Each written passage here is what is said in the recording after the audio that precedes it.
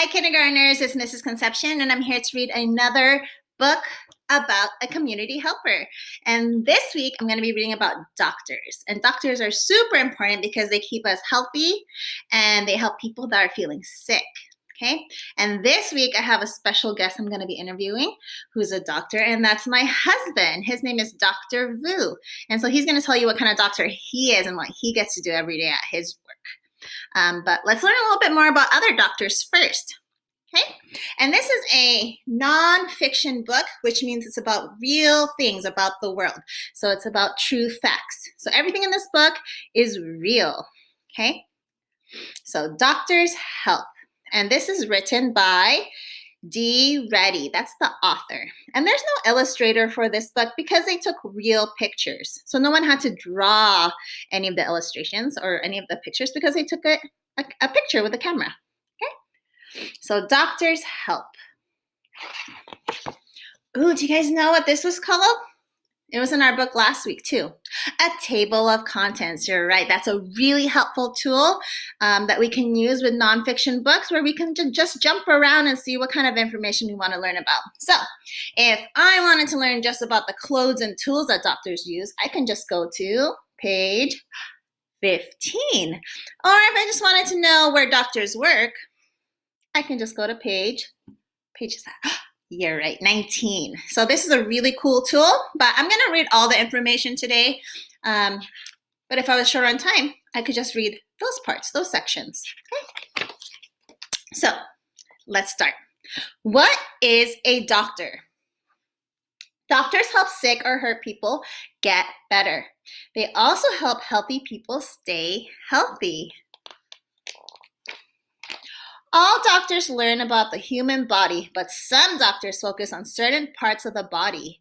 Neurologists study the... Can you guys make a guess? What do you think they study? What do you think they study? Yeah, they study the brain, and they're taking a picture of the brain right here. Okay? Ooh, other doctors care for certain kinds of patients. A doctor who sees only children is a pediatrician. Yeah, it is a pediatrician. That's actually what I wanted to be when I was a kid. I wanted to be a pediatrician. And your doctor is probably a pediatrician because you're a kid. What doctors do? Doctors treat people who are sick or hurt. They give patients medicine, and they may set a broken bone. Sometimes doctors do surgeries. So there's a boy who's getting his hand wrapped because he probably broke it. I broke my arm too when I was in 4th grade. I had to get it wrapped. People also go to the doctors for checkups. Doctors tell patients how to stay healthy. Doctors give shots to keep people from getting diseases. Ooh, clothes and tools. Doctors may wear white coats to see patients. They may also wear scrubs. Rubber gloves protect them from germs. And I'm sure you guys have seen a lot of protective gear lately, like masks and gloves. Doctors use tools to gather information. A stethoscope helps them hear heartbeats and breathing. X-rays help them see inside of the body. So you guys built a stethoscope with Miss Yee last week, right? When you were learning about nurses.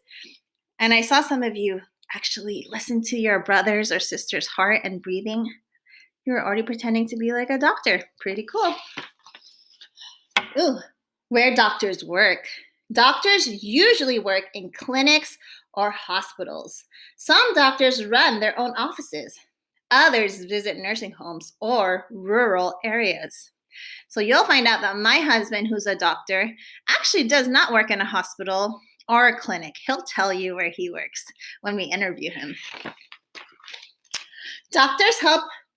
And doctors are important to the community. Everyone gets sick sometimes, and doctors help people get well and stay well. And that's why we have to stay at home right now, because we want to prevent ourselves from getting sick. We don't want to get sick, right? But the doctors are there to help us if we do. The end. And we have the special tool again. We have our glossary. The glossary tells us keywords that we should know that's in the book. And they have some more information. It says read more. So if you want to learn more about doctors, they have some cool books here that we can check out if we wanted to. And if we can't go to the library to get these books, we can also go on the internet and go on these websites. So this is a really awesome book because they have even more things we can look up if we were curious about doctors. And then we have one more little thing called the index. And the index has also some key terms and it helps us find it in the book. So great job reading informational texts about doctors. And are you guys ready to learn more about my husband and what he does? All right, stay tuned because I'm going to interview him. Hi, kindergartners. This is Miss Conception, and I'm here to interview my husband. Remember what he does? Yeah, you guys have good memory. He's a doctor, so his name is Dr. Vu. So I'm going to ask him a few questions so you can learn about what he does when he goes to work, okay? So, Dr. Vu, what kind of doctor are you? I'm a doctor of physical therapy. What exactly is a physical therapist?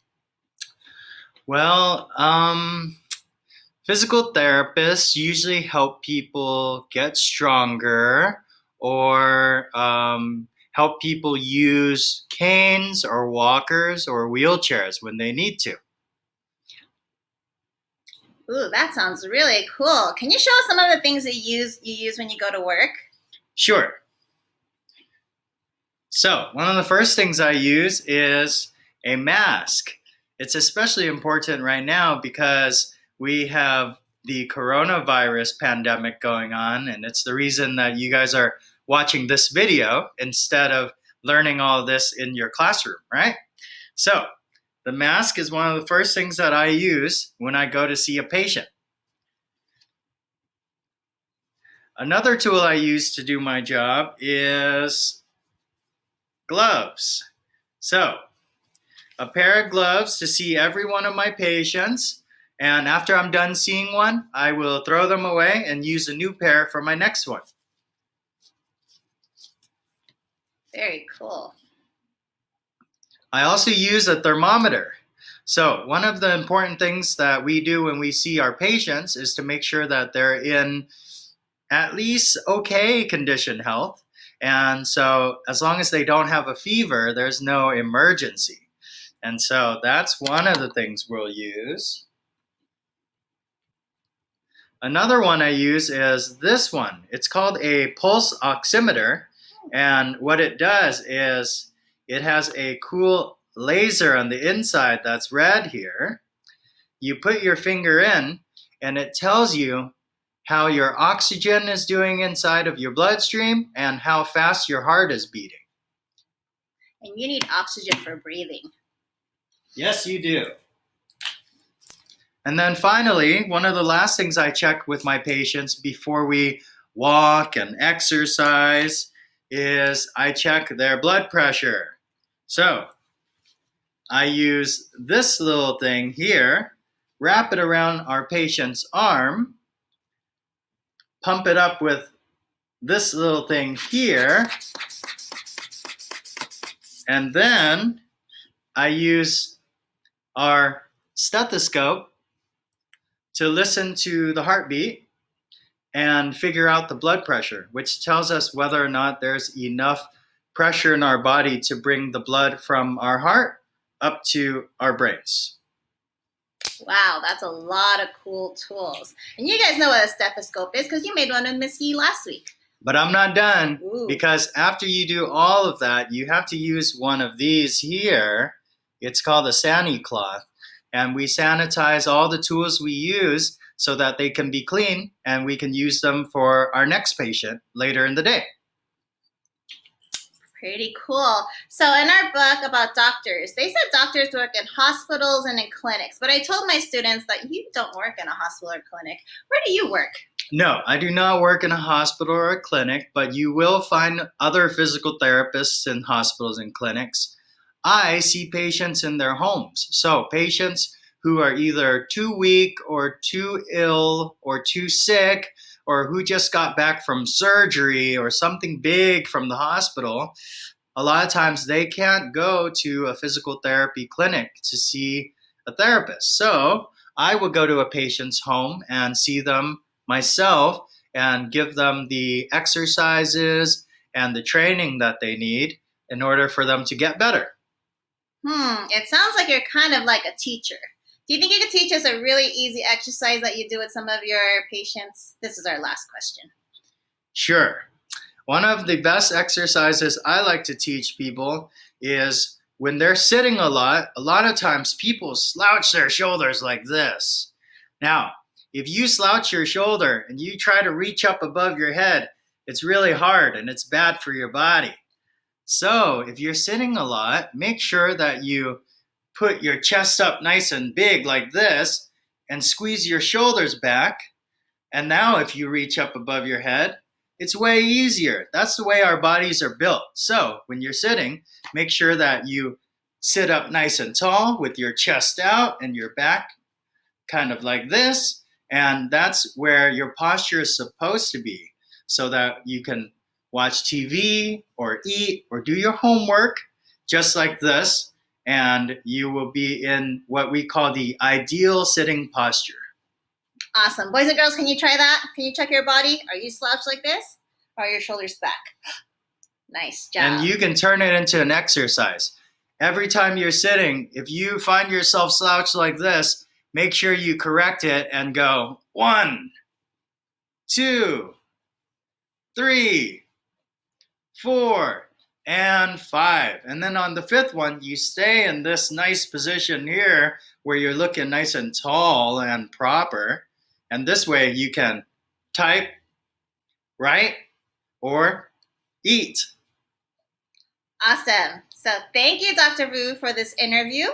And boys and girls, if you have any more questions for him, you can always send it to me and I can ask him because guess what? I live with him, so I can ask him anytime. Bye. Hi, boys and girls. I hope you enjoyed that interview with my husband and learning about what he does as a doctor. Today for art, we're actually going to make something that you guys can use every day now that you are at home. And it's the first thing my husband showed you that he uses when he's at work. And it's a what? Yeah, a mask. So I'm going to show you how to make a mask out of a sock. So make sure you get a sock that you don't need anymore.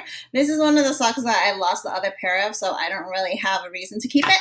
But I'm going to make a mask out of it so that when I go out, I can actually keep my face and my mouth safe from all the coronavirus germs. Okay, so I've never done this before, so hopefully it works. But what you want to do is with the sock, you want to fold it a little bit like this. You see how I folded that? And we're going to cut off the part with the toes, where your toes go. So all you really need right now are your scissors and your sock. Okay, so we're just going to cut off the part with a toe. I hope I do this right because it's the only sock I have that's missing another pair. Okay, so there you go.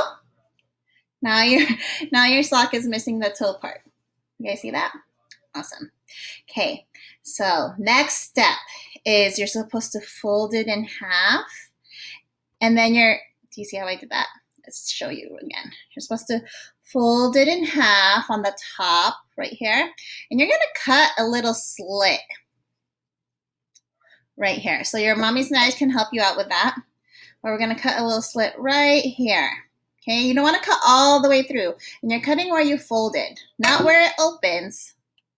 Okay, not where it opens. You're going to cut where you folded.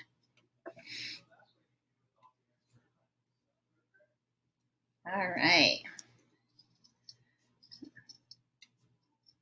So that you have a little slit like that.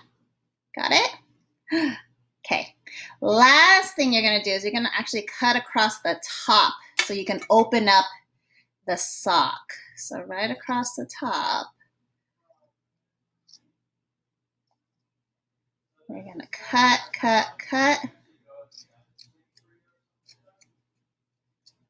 Okay, and now we can open up our sock. Do you see what it looks like? Okay, and now where do you think my ears are gonna go? Yeah, they're actually gonna go in these holes that we made with the slit. And the video that I learned this from, they said that you can put like a piece of cotton or some tissue or like some paper towel inside of the mask to keep it nice and clean and neat. So I'm gonna put that in the inside of my mask. And now let's see if it works. Okay, so I'm gonna put this on my mouth.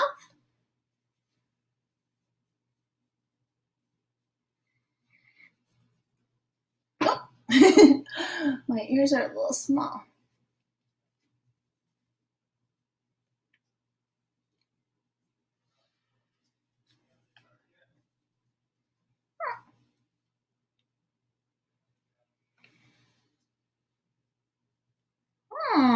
Pretty good. Awesome. See, boys and girls? And now I have a mask that I can wear out when I go grocery shopping or when I go play. So that's really cool. I didn't think this would work. But now I have a mask. Really cool. Awesome. All right, so I hope you guys enjoyed making this mask. And you can always wash it and reuse it. And remember, all you need is one sock. And then you can have a mask to bring around with you wherever you go so you can stay nice and healthy and safe. Okay? Enjoy. Bye.